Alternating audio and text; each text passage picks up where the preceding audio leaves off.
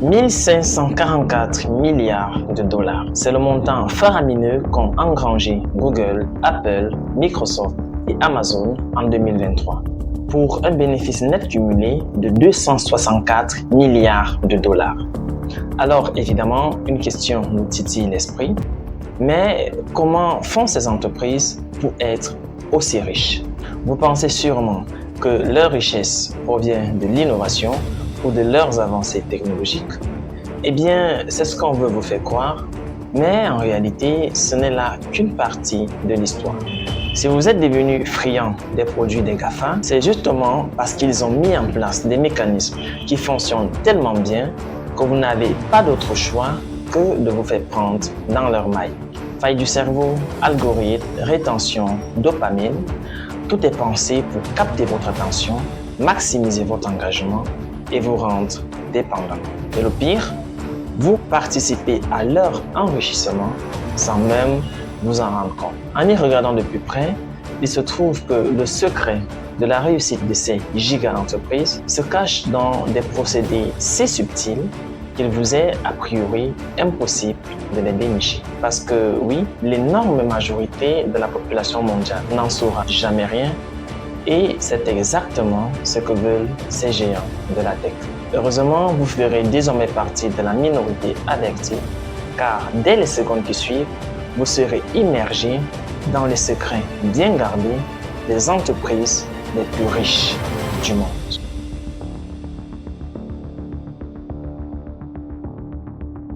Si vous êtes déjà resté sur Facebook plus longtemps que prévu, si vous avez déjà acheté un produit en promo dernière chance sur Amazon, pris un abonnement sur Google ou Apple, sachez que vous ne l'avez pas forcément fait de votre pleine volonté et nous allons voir tout de suite pourquoi. Considérons un instant le plus grand moteur de recherche au monde, Google. En 1998, Larry Page et Sergey Brin lancent Google avec une ambition simple: organiser l'information du monde et la rendre accessible à tous. À ses débuts, Google est un moteur de recherche révolutionnaire basé sur un algorithme appelé PageRank qui classe les résultats selon leur pertinence. L'entreprise connaît une croissance fulgurante, attirant des millions d'utilisateurs. Mais rapidement, une question stratégique se pose: comment monétiser ce service tout en garantissant son hégémonie? C'est alors que les dirigeants de Google vont mettre au point un plan de génie. Tout d'abord, Google va user d'une ruse psychologique bien puissante, l'affirmation de son autorité. Dans ses premières années d'existence, le moteur de recherche se targue de fournir des résultats neutres et pertinents. Mais au fil du temps, la direction réalise l'avantage stratégique de contrôler les premiers résultats de recherche. En 2004, Google lance Google Local, suivi en 2005 par Google Maps et en 2007 par l'acquisition de DoubleClick, une régie publicitaire. À mesure que Google introduit ses propres services, l'algorithme commence à les favoriser. Au début des années 2010, Google Shopping apparaît systématiquement en haut des résultats de recherche au détriment des concurrents. L'Union européenne ouvre une enquête en 2010, révélant que Google biaise délibérément l'accès à l'information. Malgré une amende record en 2017, l'entreprise ajuste simplement ses méthodes pour continuer à ancrer son influence. L'appel à l'autorité est une astuce bien connue en marketing psychologique pour être redoutablement efficace pour la persuasion. Ainsi, ce biais habilement mis en place par Google a pour effet d'ancrer dans l'inconscient des utilisateurs que ses produits et services sont les meilleurs et les plus efficaces. Cela aura pour conséquence de maximiser l'utilisation de ces services et donc les revenus subséquents. Et si ça vous paraissait déjà assez, eh bien, sachez que Google va encore plus loin que ça pour garder captif le maximum de personnes. Après quelques années d'existence, Google comprend rapidement que plus un utilisateur reste engagé, plus il génère de revenus publicitaires. C'est la découverte du Saint Graal. En 2009, il commence à personnaliser massivement les résultats de recherche en fonction des historiques individuels. Cette approche est perfectionnée en 2012 avec la mise à jour Search Plus Your World qui privilégie les résultats basés sur l'activité passée des utilisateurs. When you go to Google and type in climate change is, you're going to see different results depending on where you live and the particular things that Google knows about your interests.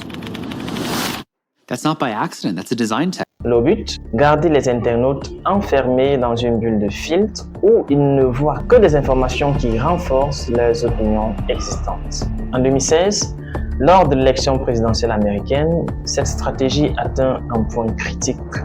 Les utilisateurs reçoivent des contenus hyper ciblés, créant des réalités différentes pour chaque groupe démographique. L'impact sur la polarisation politique devient évident, mais Google continue d'affiner ses algorithmes pour maximiser l'engagement. Pourtant, le périple de Google ne s'arrête pas là, puisqu'il opte également pour une stratégie encore plus impressionnante. En 2019, l'enquête Project Nightingale du Wall Street Journal révèle que Google collecte secrètement des données médicales de millions d'Américains en partenariat avec Ascension. Mais cette stratégie est loin de se limiter à la santé, car en effet, Google analyse chaque recherche, chaque vidéo regardée, chaque email scanné dans Gmail pour prédire et influencer vos décisions. En parallèle, Google Ads devient un outil redoutable où des entreprises et des partis politiques payent pour placer des messages hyper ciblés sous forme de résultats pertinents. Les utilisateurs croient alors faire des choix indépendants, pourtant en réalité, leurs décisions sont influencées par un système opaque et ultra préparé. Ces stratagèmes redoutables sont pourtant loin de se limiter à la simple recherche d'informations. Ils sont également présents dans le monde du streaming en ligne, en particulier sur YouTube, la plateforme sœur de Google. Aujourd'hui, YouTube est bien plus qu'un simple site de vidéos. C'est une machine à capturer notre attention et à générer des milliards de dollars grâce à la publicité. Mais comment cette plateforme parvient-elle à nous garder scotchés à l'écran pendant des heures, souvent sans que nous nous en rendions compte?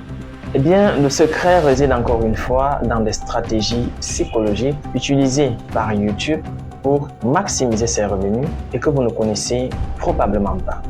Ce n'est pas un secret, YouTube génère son chiffre d'affaires principalement grâce aux publicités diffusées sur les vidéos. Plus un utilisateur regarde des vidéos, plus il voit des publicités sur YouTube et plus cette plateforme engrange des revenus. L'objectif de la plateforme est donc simple, maximiser le temps de visionnage. Pour cela, YouTube a mis en place des stratégies psychologiques puissantes destinées à nous captiver le plus longtemps possible. À ses débuts, YouTube fonctionnait sur un principe simple. Plus une vidéo accumulait de vues, plus elle était mise en avant. L'objectif était d'attirer un maximum de clics. Résultat, des titres racoleurs, des miniatures tape à l'œil et des vidéos courtes conçues pour maximiser la viralité. Mais en 2012, un changement majeur s'opère. YouTube réalise que son véritable moteur de croissance n'est pas le nombre de clics, mais le temps que les utilisateurs passent sur la plateforme. Plus une personne regarde des vidéos, plus elle voit de publicités et plus YouTube gagne d'argent. L'algorithme est alors entièrement repensé. Désormais, ce ne sont plus les vidéos les plus cliquées qui sont mises en avant, mais celles qui retiennent l'attention le plus longtemps possible. Ce changement bouleverse le paysage de YouTube. Les vidéos deviennent plus longues, plus scénarisées, plus engageantes. La rétention d'audience devient la nouvelle obsession des créateurs. Ce tournant marque la fin de l'ère des contenus ultra courts et viraux et ouvre la voie au format long. Enquête, documentaire, analyse approfondie. Un nouveau YouTube est né, façonné par une seule métrique, le temps de visionnage. Mais les entrepreneurs derrière YouTube se rendent compte que cette simple mutation de l'algorithme ne leur suffit pas et ils vont repousser ses limites pour le rendre encore plus intelligent. Au fil des années, l'intelligence artificielle de YouTube est devenue un véritable expert de vos habitudes. Parce que oui, YouTube a développé une intelligence artificielle ultra puissante pour mieux comprendre les préférences des utilisateurs et affiner ses recommandations. Dès lors, YouTube ne se contente plus de recommander des vidéos populaires. Par contre, désormais, chaque action que vous faites est analysée. Les vidéos que vous regardez jusqu'au bout, celles que vous abandonnez après quelques secondes, les chaînes auxquelles vous êtes abonné et même les miniatures sur lesquelles vous hésitez à cliquer avant de passer à autre chose. Grâce à ces milliards de points de données, l'algorithme ne se contente plus de deviner vos goûts, il les anticipe. Résultat, chaque vidéo qui vous est proposée a une seule mission, vous garder scotché à l'écran le plus longtemps possible. Plus l'IA en apprend sur vous, plus ses recommandations deviennent précises et plus il devient difficile pour vous de décrocher. Oui, rien que ça.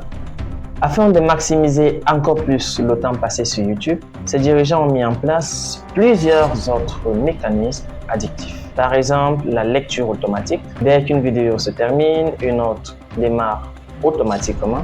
Les notifications. Chaque fois qu'un créateur que nous suivons publie une vidéo, nous recevons une alerte. Et surtout, le scroll infini. La page d'accueil de YouTube est conçue pour proposer des vidéos sans fin afin qu'il soit difficile de s'arrêter. Ces éléments sont pensés pour que nous enchaînions les vidéos sans même nous en rendre compte.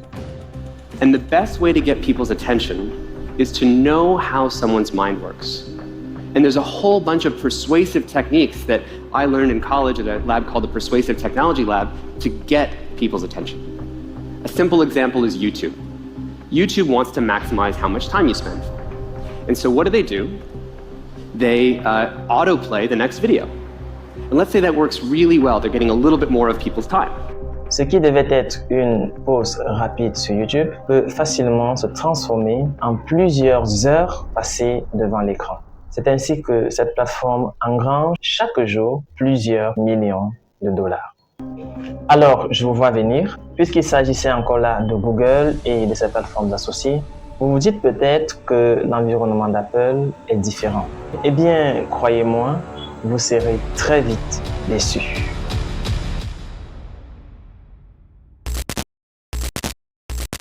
En 1976, Steve Jobs cofonde Apple avec l'ambition de démocratiser l'ordinateur personnel. Rapidement, la marque se distingue par une approche unique, vendre non seulement des produits, mais aussi une expérience et un statut social. Cette stratégie va s'affiner et évoluer au fil des décennies, jusqu'à faire d'Apple l'une des entreprises les plus influentes au monde.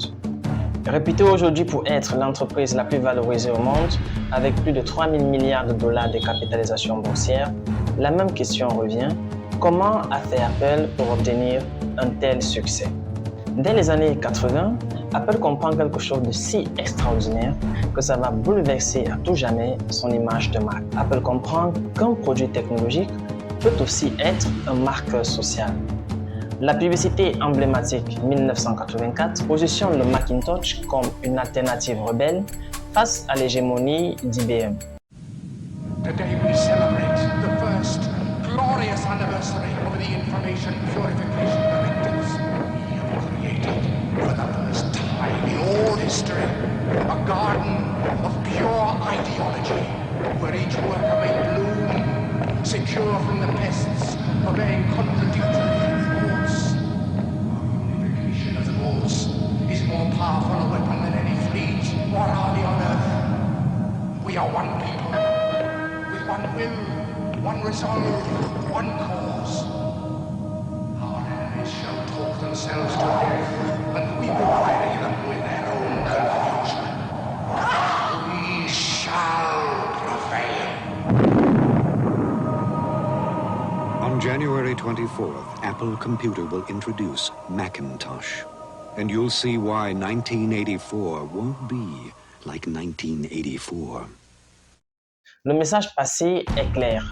Choisir le Macintosh, c'est rallier le camp des esprits éclairés, de ceux qui innovent et qui choisissent la liberté. Mais c'est avec l'iPod en 2001 que la marque exploite pleinement la preuve sociale. Les écouteurs blancs deviennent un symbole de distinction. En 2007, l'iPhone pousse cette logique encore plus loin. Les files d'attente monstres devant les Apple Store transforment l'acte d'achat en événement social. Chaque keynote devient un spectacle planétaire, renforçant le sentiment d'appartenance des utilisateurs. Aujourd'hui, posséder un produit Apple, c'est afficher un certain style de vie, une appartenance à une élite technologique et esthétique. Apple a ainsi réussi à faire croire à tous quelque chose d'extraordinaire. Posséder leurs produits, c'est appartenir à une classe privilégiée, à une élite sociale prestigieuse, à une tribu très convoitée. Et rien que pour obtenir ce statut, des millions de personnes sont prêtes à dépenser chaque année des fortunes colossales. C'est ni plus ni moins qu'un coup de maître de la part d'Apple. L'effet d'appartenance utilisé par cette marque est une méthode très efficace utilisée en marketing et permettant à une entreprise de concilier idéaux personnels des clients et rentabilité accrue du business. Il est aujourd'hui utilisé dans le luxe avec des marques comme Apple, bien sûr, Rolex, Ferrari, etc. Dans le sport avec par exemple Nike, Adidas ou encore dans l'éthique et l'écologie avec notamment des entrepreneurs youtubeurs tels que le célèbre MrBeast. J'ai réfléchi et je me suis dit, pourquoi est-ce qu'on lancerait pas notre propre chocolat au beurre de cacahuète? Et en plus, on utilise du chocolat Feastables. Et si vous n'êtes pas au courant, on paye tous nos fermiers avec des salaires décents. On utilise du cacao issu du commerce équitable. On interdit le travail des enfants dans nos fermes. Et tout ça, aucune autre entreprise américaine de chocolat ne le fait. Les grandes boîtes payent tellement mal leurs fermiers qu'ils sont obligés d'employer des enfants. C'est sérieux. Il y a plus d'1 million d'enfants qui travaillent illégalement en Afrique de l'Ouest dans les fermes de cacao. Et non seulement vous devriez goûter ces nouveaux chocolats parce qu'ils sont délicieux, mais aussi pour faire passer un message à l'industrie du chocolat. Payez vos fermiers avec un salaire décent et prenez des mesures pour stopper le travail des enfants. Allez goûter les nouveaux Feastables au beurre de cacahuète, disponibles chez ses revendeurs, et montrez à l'industrie que vous vous souciez de l'origine de votre chocolat. Le principe est à chaque fois le même, conforter un ego, une philosophie ou une prédisposition quelconque existant chez certaines personnes pour les inciter à acheter un produit ou un service. Toutefois, ce serait mal connaître Apple que de penser qu'elle se limiterait à cette seule stratégie, puisqu'elle fait également recours à un principe très malin, le biais d'ancrage. Apple a toujours positionné ses produits comme des objets de désir, mais la vraie maîtrise réside dans sa stratégie de prix. Lors de chaque lancement, la marque met d'abord en avant ses modèles les plus chers, l'iPhone Pro Max, le MacBook Pro avec la configuration la plus avancée, etc. Ce choix crée un biais d'ancrage. Le biais d'ancrage en marketing est un phénomène psychologique où les consommateurs ont tendance à s'appuyer fortement sur la première information qu'ils reçoivent, c'est-à-dire l'encre, pour prendre une décision. Une fois cette première donnée en tête, ils l'utilisent comme point de référence, même si elle est arbitraire ou peu pertinente. Par exemple, un produit affiché 199 € avec un prix initial barré de 299 € semblera être une bonne affaire, même si son prix réel de marché est en réalité autour de 199 €. L'encre de 199 € influence la perception de la valeur. Pour revenir au cas particulier d'Apple, lorsqu'un consommateur compare les autres modèles à ces références coûteuses que nous avons évoquées précédemment, les prix intermédiaires paraissent plus raisonnables, ce qui conduit à l'acte d'achat. Mais en dehors de cette astuce remarquable, Apple a également réussi à mettre en place un système de friction minimale et de fidélisation client à travers l'écosystème Apple, qui est ni plus ni moins qu'une cage dorée. Mais comment en sont-ils arrivés là? En 2008, Apple lance l'App Store, marquant le début d'un écosystème fermé. Rapidement, l'entreprise développe des services interconnectés, iCloud en 2011, Apple Pay en 2014, Apple Music en 2015. Chaque nouvel ajout simplifie l'expérience utilisateur, mais complexifie la sortie de l'écosystème. Un utilisateur qui achète un iPhone synchronise ses photos sur iCloud, achète des applications exclusives et utilise Apple Pay, se retrouve progressivement enfermé dans un environnement où tout fonctionne parfaitement, du moins tant qu'il reste chez Apple. Changer de marque devient alors synonyme de perte de données, de réapprentissage et d'incompatibilité. En 2021, une étude montre que 90% des utilisateurs d'iPhone restent fidèles à la marque, preuve de l'efficacité de cette stratégie. Inutile d'insister sur l'enjeu de cette mesure, puisque la garantie de la rentabilité et de la pérennité d'une entreprise réside dans le niveau de fidélisation de sa clientèle. Avec l'essor des abonnements, Apple franchit une nouvelle étape dans la captation de ses clients. Aujourd'hui, l'entreprise ne se contente plus de vendre du matériel, elle veut transformer chaque utilisateur en abonné permanent. iCloud, Apple Music, Apple TV, Apple Arcade, Apple One, chaque service renforce l'ancrage de l'utilisateur dans l'écosystème qui engrange par conséquent plusieurs milliards de dollars chaque année. Ce qui a commencé comme une entreprise informatique est devenu un empire du luxe technologique. Apple ne vend pas que des appareils, elle vend une identité, une appartenance, une continuité. À travers une stratégie millimétrée, la marque transforme ses clients en adeptes fidèles, verrouillés dans un écosystème où chaque sortie devient une épreuve. Et chaque année, des millions de consommateurs continuent d'adhérer, prêts à payer le prix du prestige et de la simplicité. Google et Apple étonnent certainement de par leur stratagème pour le moins subtil. Mais si je vous disais qu'il existe encore pire que cela, des entreprises qui ont poussé l'imagination à son comble pour hacker votre cerveau et s'enrichir massivement par des procédés diablement efficaces, eh bien, laissez-moi vous parler de Meta tel que vous ne l'avez probablement jamais imaginé auparavant.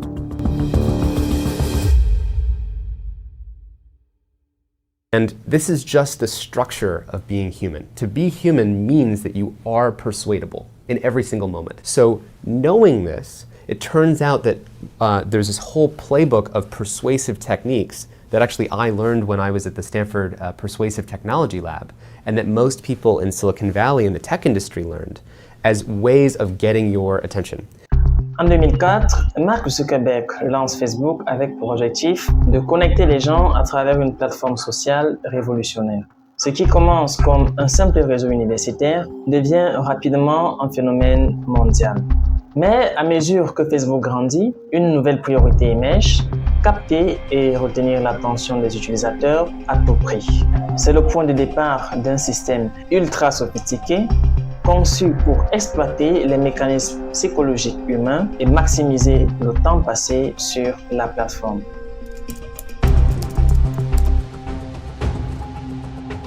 Dès les débuts de Facebook, les ingénieurs comprennent que les interactions sociales déclenchent des récompenses chimiques dans le cerveau. Les likes introduits en 2009 deviennent une source instantanée de validation. En 2013, les notifications rouges sont optimisées pour attirer l'attention et susciter une réaction immédiate. Puis viennent les stories, les filtres IA, les reels. Chaque nouvelle fonctionnalité est conçue pour déclencher un pic de dopamine, la même substance impliquée dans les addictions aux jeux d'argent ou aux drogues. En 2017, Shane Parker, ancien président de Facebook, avoue publiquement: nous avons exploité une vulnérabilité de la psychologie humaine. To really understand it, that thought process was all about how do we consume as much of your time and conscious attention as possible. And that means that we need to sort of give you a little dopamine hit every once in a while because someone liked or commented on a photo or a post or whatever. And that's going to get you to contribute more content, and that's going to get you more likes and comments. I mean, it's a social validation feedback loop that it's like it's exactly the kind of thing that a hacker like myself would come up with, because you're exploiting a vulnerability in human psychology. And I think that we the inventors, creators, and it's me, it's Mark, it's the Kevin Systerman, Instagram, it's all of these people understood this consciously, and we did it anyway. Cet effet de dopamine a un objectif précis: rendre la plateforme irrésistible et maintenir un engagement maximal de ses utilisateurs.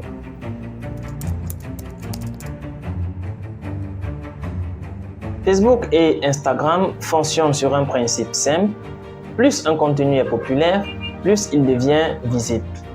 Un post avec des milliers de likes et de commentaires semble naturellement plus crédible et plus attractif. Ce phénomène alimente un cercle vicieux. Les utilisateurs recherchent l'approbation, postent plus souvent, interagissent davantage et passent plus de temps donc sur la plateforme. Comme pour YouTube, maximiser ce temps est nécessaire pour faire voir le plus de publicité possible à l'audience et encaisser un maximum d'argent. En 2018, l'algorithme d'Instagram est également mis à jour pour favoriser l'engagement maximal, mettant en avant les publications qui suscitent de fortes réactions émotionnelles, qu'elles soient positives ou négatives. Cette stratégie amplifie les polémiques et les contenus clivants car il génère plus d'interactions. Dès 2014, avec l'acquisition de WhatsApp et d'Instagram, Facebook détient un volume colossal de données comportementales. Grâce à ces informations, Meta crée des profils ultra détaillés de chaque utilisateur, ses goûts, ses habitudes, ses peurs, ses aspirations, etc. Les annonceurs peuvent ainsi cibler des publicités sur mesure, exploitant les instincts les plus profonds du cerveau reptilien, tels que la peur avec des publicités alarmistes, le désir à travers des produits de luxe, de beauté et le besoin d'appartenance avec des produits tendance. Sauf que, vous vous en doutez bien, les annonceurs, pour pouvoir faire des publicités aussi bien ciblées, doivent débourser un coût conséquent qui est d'ailleurs sans cesse croissant au fil des ans. Comme quoi, vos données et vos profils servent à vous cibler par des procédés qui ont pour vocation principale d'enrichir deux types d'organismes, les annonceurs et surtout Meta. Mais ce qui est encore plus intriguant dans tout ça, c'est cette allure de boule de cristal démontrée par Facebook et ses plateformes sœurs. Ça vous est déjà sûrement arrivé de penser à quelque chose et quelques minutes plus tard de voir une publicité sur Facebook ou Instagram relative exactement à ce dont vous veniez à peine de penser. Je ne sais pas pour vous, mais personnellement, j'ai déjà vécu cela plusieurs fois. Mais alors, comment est-ce possible? Eh bien, la réponse tient au fait que Meta a investi massivement dans l'intelligence artificielle pour analyser et anticiper les désirs des utilisateurs. En 2021, un rapport interne révèle que l'algorithme est capable de deviner les intérêts d'un utilisateur avant même qu'il ne fasse une recherche active. Grâce aux micro-expressions captées via la caméra, au mouvement du curseur et aux interactions précédentes, Facebook propose du contenu qui semble presque deviner les pensées de l'utilisateur. Ce phénomène appelé sérendipité calculée rend la plateforme incroyablement addictive.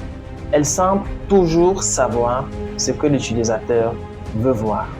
Oui, je vous l'accorde, c'est flippant, mais ce n'est pas tout. L'une des innovations les plus pernicieuses de Meta est le scroll infini, introduit sur Facebook en 2012 et sur Instagram en 2016. Contrairement aux pages web classiques qui nécessitent un clic pour charger plus de contenu, le scroll infini permet une consommation passive et continue sans effort. Le cerveau humain, programmé pour rechercher des récompenses aléatoires, se retrouve piégé dans une boucle où chaque mouvement de doigt peut révéler une nouvelle dopamine hit. Tristan Harris, ancien designer éthique chez Google, compare cette mécanique à une machine à sous. Vous tirez sur le levier et parfois vous gagnez une récompense.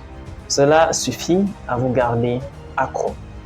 Well, so another vulnerability in our mind is something called a variable schedule reward. And that's like a slot machine in Las Vegas. People become addicted to slot machines. I think it's 2 to 3 times faster than any other kind of gambling in a casino. So it's insane. And why is that? Because it's very simple. You just pull a lever and sometimes you get a reward, and sometimes you don't.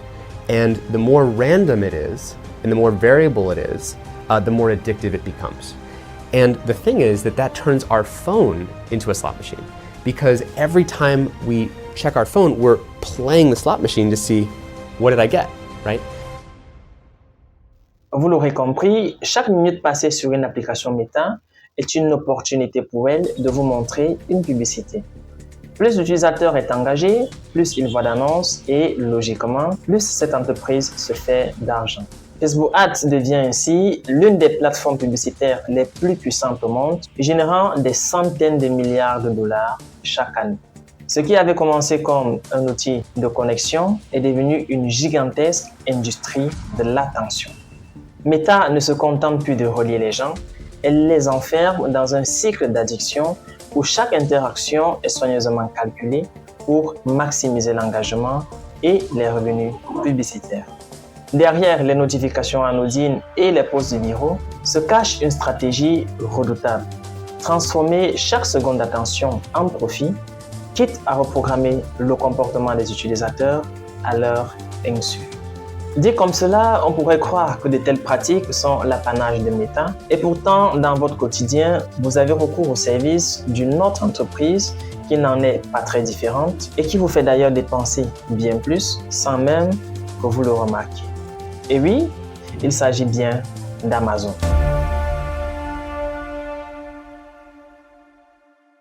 Amazon a été fondé en 1994 par Jeff Bezos avec pour ambition de devenir la plus grande librairie en ligne du monde. Mais très vite, l'entreprise comprend que son succès repose sur une seule chose, supprimer toutes les frictions entre l'envie d'acheter et l'acte d'achat. Amazon devient alors un laboratoire d'expérimentation psychologique, optimisant chaque détail pour maximiser la conversion et la fidélisation des clients. Dès les années 2000, Amazon introduit des messages de rareté pour pousser les clients à acheter sans réfléchir. Plus que 2 en stock ou commande avant 23,59 € pour une livraison demain deviennent des éléments clés du site. C'est l'introduction de l'utilisation d'un levier marketing hyper puissant, le biais de rareté et d'urgence. Inspiré des stratégies utilisées dans les casinos et le e-commerce traditionnel, ce biais exploite notre peur de manquer une opportunité. En 2015, avec l'introduction des Lightning Deals et des offres exclusives Prime Day, Amazon perfectionne cette mécanique. Les utilisateurs doivent agir vite, sinon l'offre disparaît. Résultat, une explosion des achats impulsifs. Mais Amazon ne compte pas s'arrêter en si bon chemin et lance en 2005 Amazon Prime, un abonnement offrant la livraison gratuite en échange d'un paiement annuel. Mais derrière cette générosité apparente se cache une stratégie redoutable. Les membres Prime dépensent en moyenne 4 fois plus que les non-abonnés. Une fois abonné, l'utilisateur est poussé à acheter exclusivement sur Amazon afin de rentabiliser son investissement. En 2018, Amazon ajoute Prime Video et d'autres services pour renforcer la dépendance. Aujourd'hui, Prime compte plus de 200 millions d'abonnés, chacun étant un client quasi captif qui a bien plus de chances d'acheter sur Amazon que chez un concurrent. Toujours en quête perpétuelle de maximisation des ventes, Amazon développe dès le début des années 2010 un système de recommandation basé sur l'intelligence artificielle, un peu comme le fait Meta pour le fil d'actualité. Grâce à l'analyse de milliards de transactions, chaque utilisateur d'Amazon reçoit des suggestions ultra ciblées. Mais Amazon va encore plus loin. En 2014, l'entreprise dépose un brevet pour l'expédition anticipée, un système qui expédie les produits vers un entrepôt proche de chez vous avant même que vous ne les ayez commandés, anticipant ainsi vos besoins futurs. Plus qu'un site e-commerce, Amazon devient un assistant personnel capable de lire dans vos habitudes de consommation.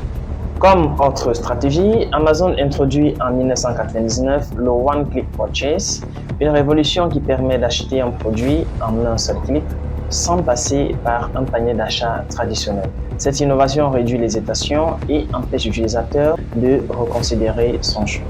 Apple rachète même la licence de cette technologie pour son propre store. En 2017, le brevet expire, mais Amazon a déjà ancré cette habitude chez ses clients. Chaque seconde gagnée dans le processus de paiement se traduit par des milliards de dollars supplémentaires en vente.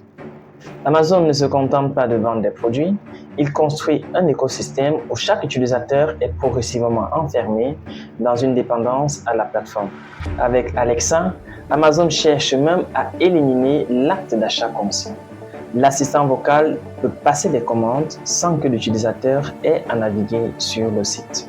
L'objectif ultime est clair, rendre l'acte d'achat si simple et automatique que l'utilisateur ne pense même plus à chercher ailleurs. Amazon n'est plus une simple marketplace, c'est un système qui façonne notre manière de consommer en exploitant chaque faille psychologique pour maximiser ses profits. Je vous l'accorde, les différentes techniques que nous avons examinées tout au long de cette vidéo sont de nature à faire peur lorsqu'on considère qu'elles sont utilisées par des entreprises fortunées pour ramasser encore plus de thunes. Mais passez vite parce que j'ai une très bonne nouvelle à vous annoncer.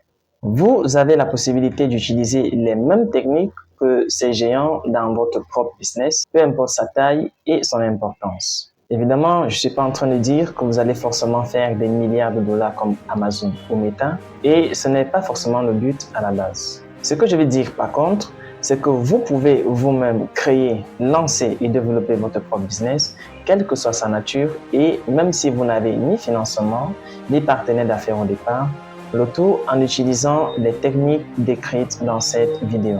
Si vous êtes intéressé par le marketing psychologique et le business, je vous ai préparé un document résumant les différentes techniques que nous venons de parcourir et la façon dont vous pouvez vous-même les appliquer dans votre propre business, que vous l'ayez déjà lancé ou non, et sans avoir forcément besoin d'être une star du business. Rassurez-vous, c'est complètement gratuit. Vous n'avez qu'à cliquer sur le lien en description et vous pourrez obtenir votre document. Je vous invite par ailleurs à vous abonner puisque je partagerai régulièrement ici même des techniques business et marketing ainsi que les produits de mes recherches sur le sujet. Cette vidéo n'a effleuré que le millionième de cet art magnifique et passionnant qu'est le marketing psychologique pour le business, mais soyez-en sûrs, l'aventure ne fait que commencer.